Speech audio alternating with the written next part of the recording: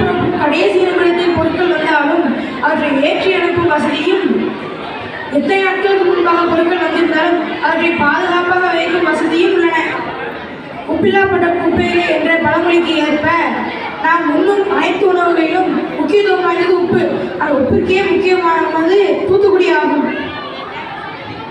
தூத்துக்குடியானது இந்தியாவின் 2வது மிகப்பெரிய உப்பு உற்பத்தியாளராக இருந்து இந்தியாவின் 10% உப்பு தேவையை பூர்த்தி செய்து வருகின்றது. நாம் அணியும் ஆடைகளிலேயே வெயிலுக்கு இதமானது பருத்தி ஆடைகள் ஆகும்.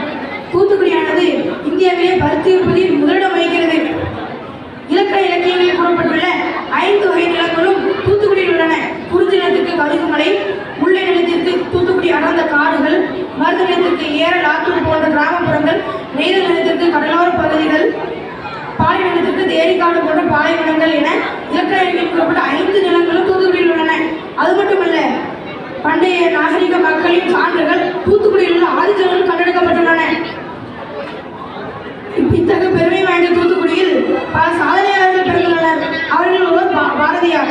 ஆடுவோமே பாடுவோமே ஆனந்த சுதந்திரம் அடைந்து விட்டோம் என்று பாடிய பாரதியார் தமிழுக்கு பெருமை சேர்த்துள்ளார். அப்படிப்பட்ட பாரதியார் பிறந்த மண்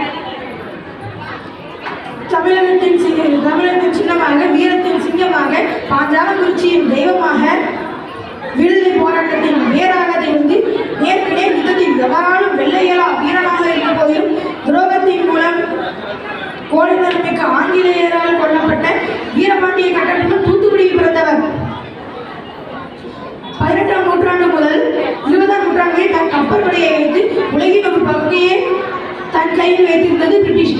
அதற்கு பதிலடியாக எங்களிடமும் கப்பல் இருக்கிறது என்று காட்ட சுதேசி நீராவி கப்பலை உருவாக்கிய கப்பலோட்டிய தமிழர் செக்கிழுத்த செம்மல் வேகு சிதம்பரனார் தூத்துக்குடியில் பிறந்தவர். இத்தகைய பெருமை மிக்க தூத்துக்குடியின் பெருமைகளை கூற இந்த ஒரு நாள் போதாது.